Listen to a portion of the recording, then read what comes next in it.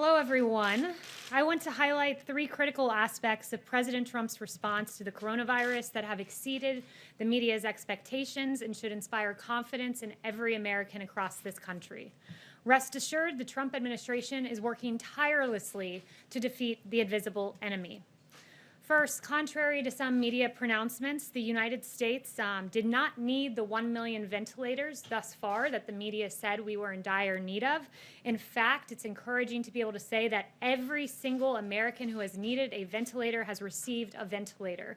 And this administration has managed to procure 100,000 ventilators to be manufactured in 100 days. That's extraordinary. That's 3 times the amount produced in the average year. Likewise, there was some concern about N95 respirators, but the Trump administration has now shipped over 90 million N95 respirators. Once again, that is more than 3 times the average healthcare industry consumption of N95 respirators in the typical year. Finally, the U.S. now leads the world in testing. For weeks, the media cited South Korea as being the gold standard for testing, but as it stands, we are now testing at a higher rate per capita than South Korea. And in fact, as this chart is going to show you, in all 50 states, we are now testing at a higher rate per capita than South Korea. So a state in this country is testing at a higher rate per capita than the entire country of South Korea. That's pretty extraordinary, I would say. Now I would like to provide the American people with an update on the Trump administration's support for underserved communities. As the president has said, this country is at war with the invisible enemy.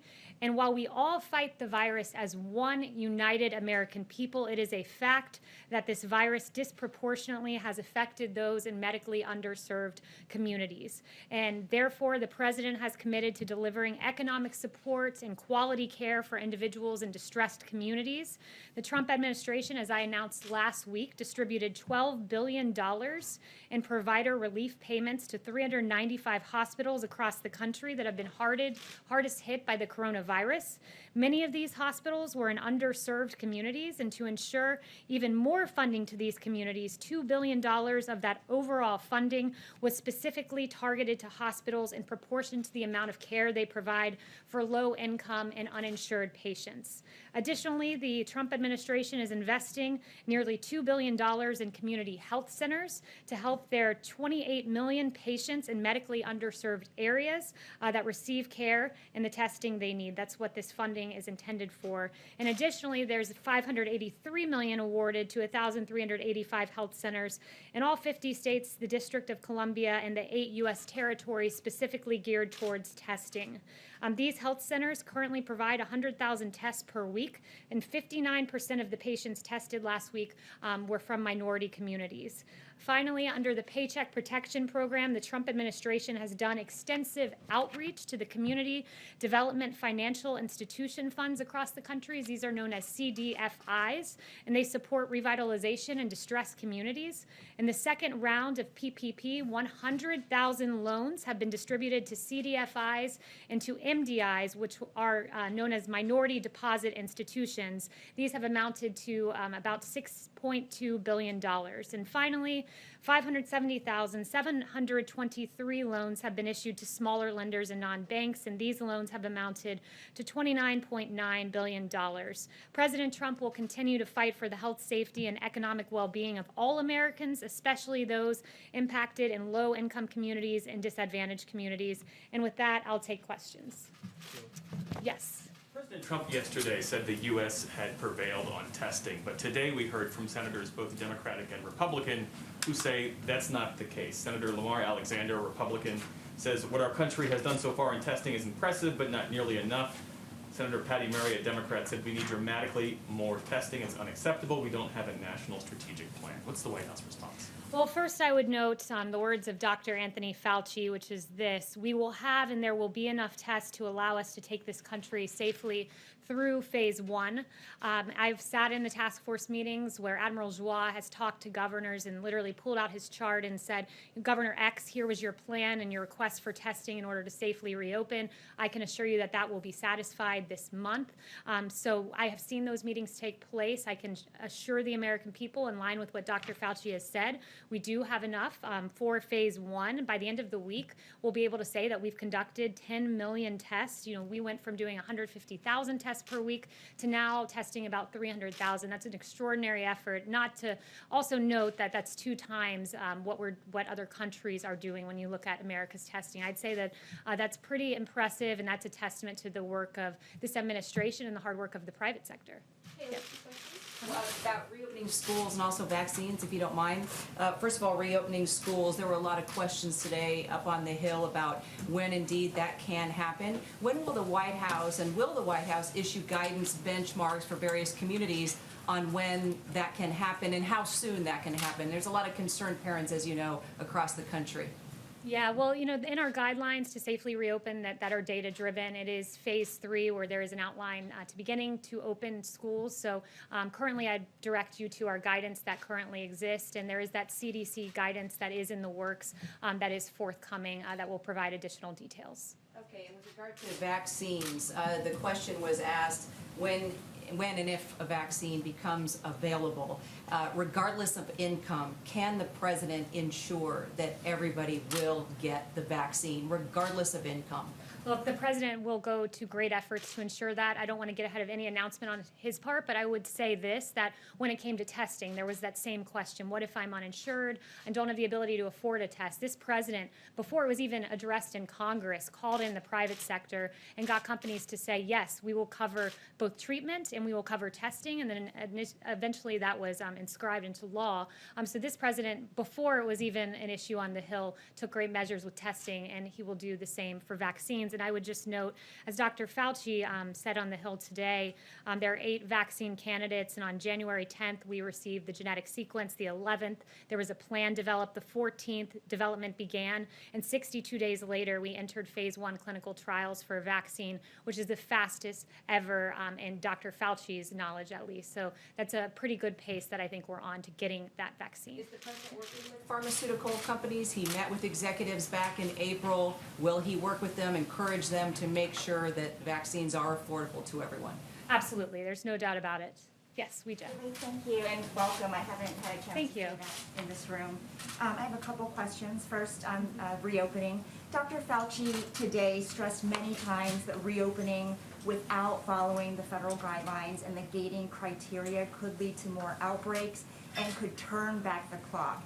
Does President Trump still believe in these federal guidelines? And if so, why isn't he urging states to follow them instead of asking them to move quickly to reopen? Well, he has encouraged states to follow the guidelines. That's still consistently our recommendation today, that you should follow the phased approach to reopening as outlined in the data. I do want to stress, as the president has stressed, that we do want to reopen this country because there are consequences that run the other way when we stay closed down as a country, and I want to run through a few of those with you. A hotline run by the Substance Abuse and Mental Health Services saw a 1,000% increase in responses during April as we kept this country closed. Epic's data said appointments for screening for cancer of the cervix, colon, and breast were down 86% and 94% in March. There are real consequences for that. I'm a BRCA2, I carry a BRCA2 mutation, so I was someone who was regularly screened for breast cancer until I got my mastectomy. And when I went to my cancer hospital for screening, I didn't see as many people in the halls, and that is quite frightening because the consequence of that is this. According to the IQVIA Institute for Human Data Science, a total of 80,000 plus diagnoses of 5 common cancers in the United States are projected to be missed or delayed during the 3-month period of early March to early June, which is why this president has always said, go to your doctor, do your screenings. There's a way to safely do this. If you feel chest pain, go to your doctor. We can't scare people from going to hospitals. It's a consequence of staying closed, though. When people are scared, they're scared to even go to their doctor, and there are consequences for that. And finally, I would just point out a recent CNN article from Friday noted a national public health group that warned as many as 75,000 Americans could die because of drug or alcohol misuse and suicide as a result of the coronavirus pandemic. So there are consequences to us staying closed, and it's why I believe it was 8 medical groups came out with a statement. 8 medical groups noted concerns that some people with symptoms of heart attack, stroke, and cardiac arrest are avoiding hospitals. So it's why I've said from this podium, I think at least 2 times, today's the 2nd or 3rd, you've got to go to your doctor. We've got to encourage this country to safely reopen. And on testing, last week you said it would be nonsensical to test all Americans, and yesterday the administration celebrated testing 2.7% of the population. In order to reopen 100% of the country, what amount of testing does make sense to you?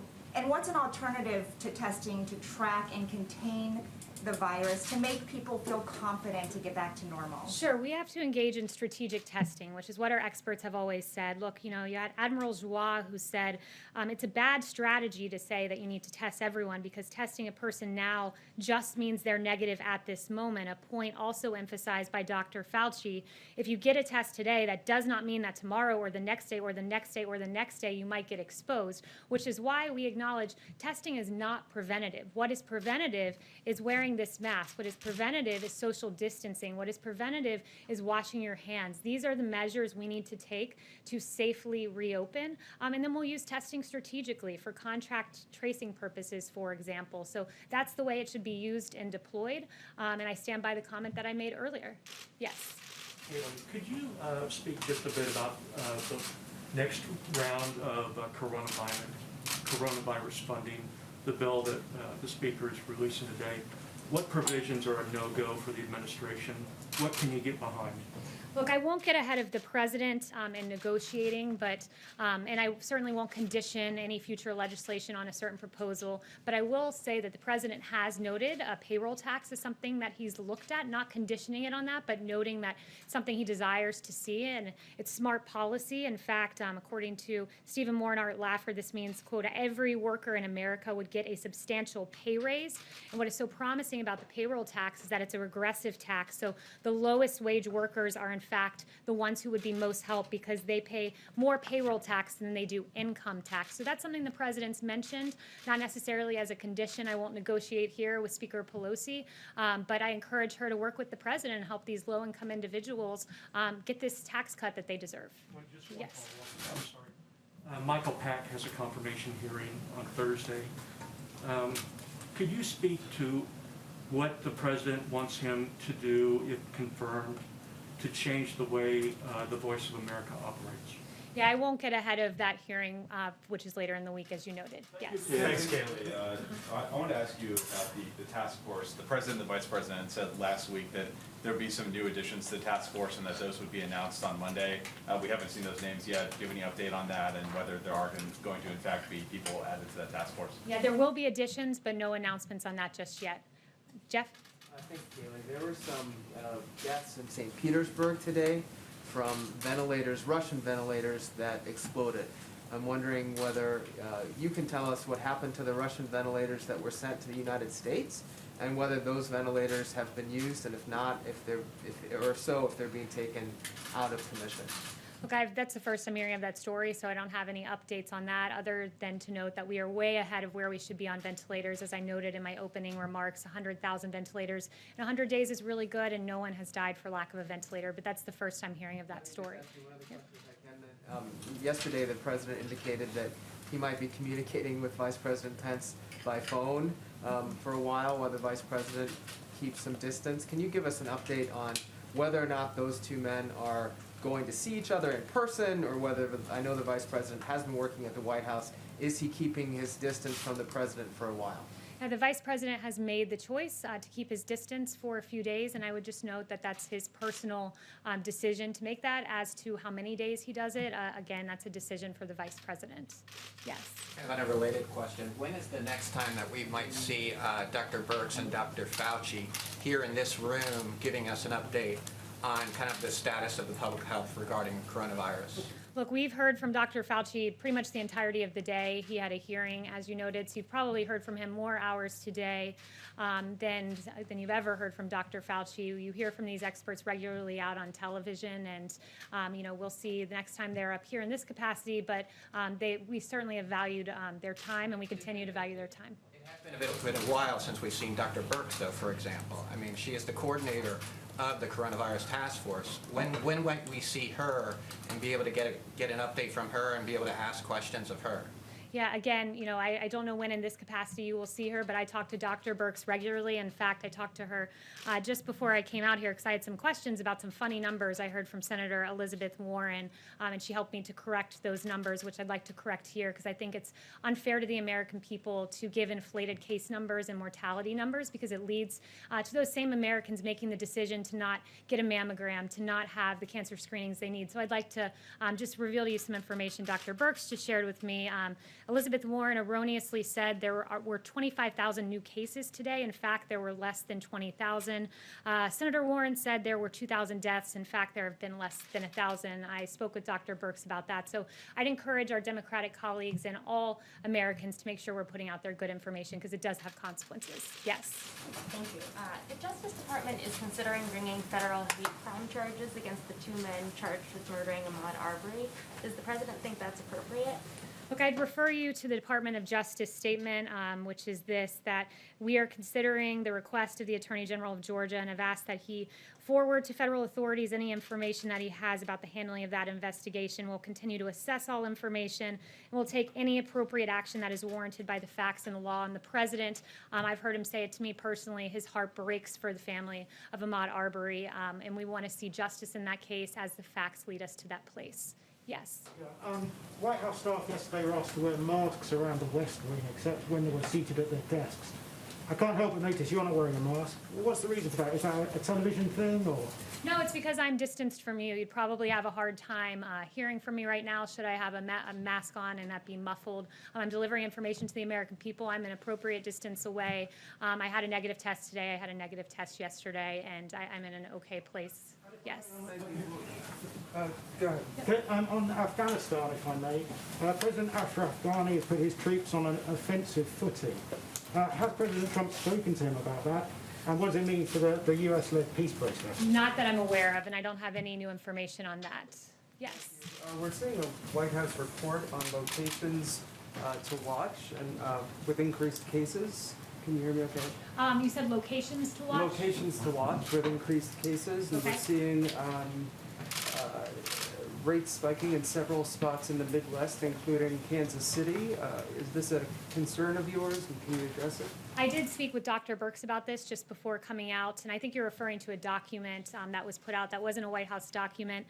It was a FEMA document that looked at what was going on in the Midwest, and she made the point to me, she showed me a document that showed that these are isolated outbreaks that where there are specific instances in, let's say, a meat processing facility or a prison where we isolate that there's a problem. We're able to contact trace and pretty quickly resolve the situation. She pointed out that in Des Moines there was a Dairy County meatpacking facility, and that was a good example of where we were able to do that. So I would just say that, and this was a quote, this is proof that the system is working, that we're able to identify what the president said are embers and put them out. It's the system at work. Yes. Yeah, you mentioned as an example of the risk of not closing, people not going to medical appointments. How do you extend that argument to restaurants, nail salons, barber shops and beauties? Are those the kind of essential things you're talking about? What I'm talking about is we have a phase plan to reopen, and you can follow those guidelines, and the restaurants are in phases, and the entertainment facilities, you noted, are in phases as accordance with declining cases. But as a whole, with the totality of the circumstances, when you have a society that's shut down and people are locked in their homes and they're isolated, it leads to the very suicide line increase calls that I noted. It leads to drug abuse. There are consequences to eternally staying shut down, which is why you have to find the balance, which the president does, in consultation with expert advice from Dr. Fauci and Dr. Birx and the task force, and he makes the best decision for America going forward. He made the right decision to shut down the country at the time he did because there were 2.2 million lives at stake, and a lot of American lives were saved because of that decision. But at the same time, it's a balance, which is why we put out the phased guidelines to reopening. And I also wanted to ask you about a statement that Dr. Fauci made today. He said, I think we are going in the right direction, but the right direction does not mean we have by any means total control of this outbreak. How does that square with the president's statement yesterday that we have prevailed over the outbreak? Well, the president made clear he was talking about testing. The fact that we can say we're doing double that of any other country, the fact that we can put up that graph that shows South Korea as a small little red bar of testing per capita, and every bar beside it is an American state or territory outdoing what South Korea has done. And let's note that South Korea was the gold standard for testing. In fact, on March 13th, the Washington Post headline was, South Korea is doing 10,000 coronavirus tests a day. The U.S. is struggling for even a small fraction of that. And here we are on May 11th with a Washington Post headline. The administration keeps bragging that the U.S. testing now is better than South Korea's was a month ago. So you can't demand that we reach South Korea and then say that we're bragging when we do. This is a moment where the American private sector succeeded. This administration mobilized that testing. Every state is better off than South Korea at this moment. And that is a very good thing and something to be celebrated because it's American innovation at its best with 92 emergency use authorizations. And it's this administration under President Trump working. But does the president agree with Dr. Fauci that we do not have total control over this outbreak?